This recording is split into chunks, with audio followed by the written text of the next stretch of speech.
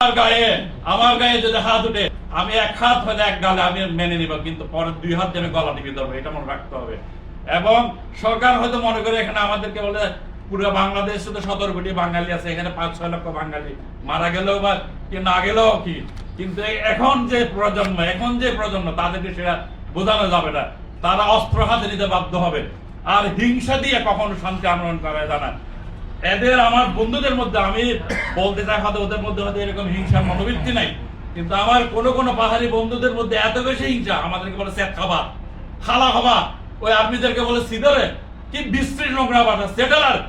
I am a settler, if I am a settler you are also a settler.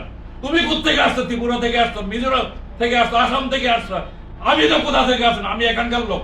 তোমার শরীরে যে রক্ত আমার শরীরে একই রক্তের, ডিএনএ পরীক্ষা করা। 50,000 বছর আগে আমরা সবাই আফ্রিকা থেকে একসাথে আসছি এখানে।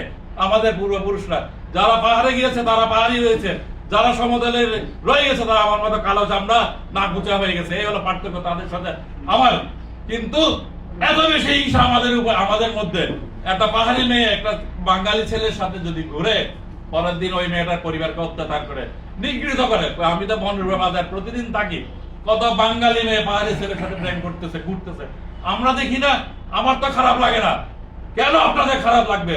আপনাদের মেয়েরা যখন চীনে পাচার হচ্ছে, আপনাদের কোন এলিট প্রতিবাদ করছেন? করেন না। আপনাদের মেয়েরা যখন জাপান, অস্ট্রেলিয়া আরো কোথায় কোথায় পাচার হয়ে যাচ্ছে, আপনারা সেটা প্রতিবাদ করেন না। কিন্তু একটা মেয়ে যখন একটা বাঙালি ছেলেকে প্রেমের কারণে হোক যে কোনো বিয়ে করে, আপনারা ওই পরিবারকে নিগৃহীত করেন। লঙ্গদুরে একটা ঘটনা জানি, একটা মেয়ে একটা যশোরের ছেলেকে বিয়ে করে চলে গেছে, পাহাড়ি মেয়ে। ওই মেয়েকে বাধ্য করছে এখানে চলে আসতে, 7 দিন ধরে গণদর্শন করছে ওরা। কি লজ্জাজনক! যে সামাজিক আইন আছে, সামাজিক আইনের কথা বলেন, দর্শনের বিচার আপনারা করতে জানেন? সামান্য কিছু আমি লজ্জা খুবই লজ্জা, আমি বলতে চাই না, খুবই নিকৃষ্ট একটা কাজের মাধ্যমে আপনারা সেটাকে সমাধান করে দেন। বাঙালিদের মধ্যে এখানে আপনারা কথা বাঙালি দর্শনকারী, দর্শন আপনাদের মধ্যে প্রতি মুহূর্তে হচ্ছে, আই গ্যারান্টি। কিন্তু সেটা নিয়ে আপনারা কথা বলেন না। আপনারা দেখেন কি মিলিটারি দর্শন করছেন। Bangladesh military is the only military কিন্তু ফুল ওয়ার্ল্ড যে যাদের বিরুদ্ধে দর্শনের কোনো অভিযোগ নাই, বিদেশে এতগুলি শান্তি মিশন পরিচালনা করছে, কোনো উদাহরণ কেউ দিতে পারবে না। এই জন্যই এইরকম শান্তি আলোচনায় আমার স্ট্রং প্রতিনিধি ছাড়া, আমার স্ট্রং রিপ্রেজেন্টেশন ছাড়া কখনো হবে না। আমি ব্যক্তি আইব না। আমাদের এরকম এখান থেকে প্রতিনিধি নির্বাচন করতে হবে শান্তি এগিয়ে নেওয়ার জন্য। এর আগে কখনো শান্তি হবে না। আর যদি শান্তি না হয় তখন মিলিটারি অপারেশন হবে। মিলিটারি অপারেশন আপনারা পারবেন? এই যে অস্ত্রগুলি কারা আসতেছে, কোথেকে আসতেছে? ভারত থেকে আসতেছে, মিয়ানমার থেকে আসতেছে। কিসের টাকা দিয়ে? যে বাঙালি ঠিকাদারদের চাঁদাবাজির টাকা দিয়ে, ওদের কাছে জোর করে গলা টিপে চাঁদা নেয়। কার ব্যবসায়ীদের থেকে টাকা দিয়ে জোর করে চাঁদা। আপনারা বলেন এইগুলি? আপনারা তো বলতে পারেন না, সাহস করে বলেন আমার মতো। তাহলে বুঝবে যে আপনারা শান্তি চান। এই শান্তি চুক্তি হওয়ার পর কারো হাতে অস্ত্র থাকার কথা ছিল না। বৃহস্পতিবার যখন এখানে হরতাল ডাকলো, সেনাবাহিনীর একটা স্কুল আছে, লাকার্স পাবলিক স্কুল, ওই স্কুল তারা চালু রেখে পরীক্ষা নিয়েছে। দ্যাট মিনস তারা আন্দোলনের পিঠে ছুরি মারছে। তাহলে পাহাড়ি বাইরে যে বলে বাঙালিদেরকে পক্ষে থাকে পাহাড়িরা, অবশ্যই না। বাঙালিদের পক্ষে সেনাবাহিনী থাকে, অবশ্যই না। আমি sufferer. Every Bengali people is sufferer here by Bangladesh Army or Bangladesh Administration and also the পাহাড়ি পার্বত্য যে আপনার হিল অ্যাডমিনিস্ট্রেশন আছে, তাদের দ্বারা আমরা সাফারার।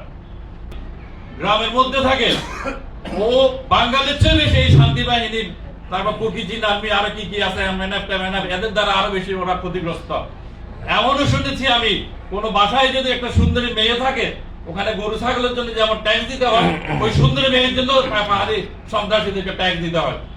যদি চুক্তি হয়ে থাকে, চুক্তিতে বলা আছে, এখানে আপনারা বলেছেন, আমিও বলেছি, অস্ত্র সমর্পণের কথা, কারো হাতে অস্ত্র থাকার কথা নয়। তার মানে এখন যদি কারো হাতে অস্ত্র থাকে পাহাড়িদের মধ্যে, তাহলে সমতল ভূমিতে যখন সন্ত্রাসীদেরকে যেভাবে ক্রস ফায়ার করা হয়, এখানে সেটা করা উচিত। তাহলে আপনি যাদের অস্ত্রধারীর বিরুদ্ধে, আপনি এটা দুইটা সলিউশন, একটা হলো মিলিটারি সলিউশন, একটা পলিটিক্যাল সলিউশন। কিন্তু এখানে পলিটিক্যাল সলিউশনের বিষয়টা সরকার অনেকভাবে চেষ্টা করছে, আর সম্ভব না।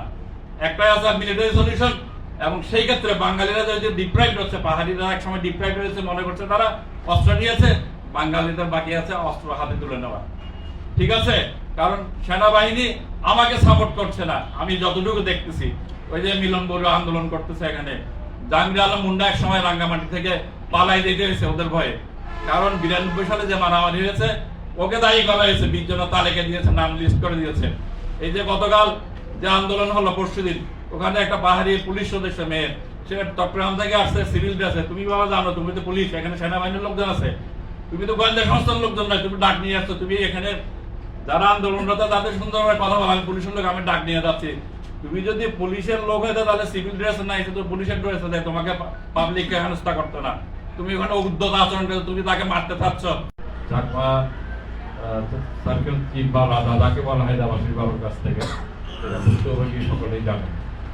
আমি সেই হিসাবে ওনার কাছ থেকে সনদপত্র পেয়েছি বাবার সূত্রে বা আমাদের পৈতৃক দাদার জমির সূত্রে। আজকে সেটা বিষয় নাই, কিন্তু দুঃখটা ওখানেই যে আমি পেয়েছি, এখানে অনেক বাঙালি ভাইয়েরা আছে যারা এই সার্টিফিকেট না পাওয়ার কারণে এখানে জায়গায় ধরি ব্যবসা বাণিজ্য অনেক কিছুতে তারা পিছিয়ে থাকে। তো এই যে বৈষম্য, এখানে বৈষম্য নিরসনের জন্য যে আমাদের যে এখানে বাসিন্দা যারা আছে, বৈষম্য নিরসনের জন্য এখানে কথাগুলি আসছে যে কিভাবে বৈষম্য নিরসন করা যায়।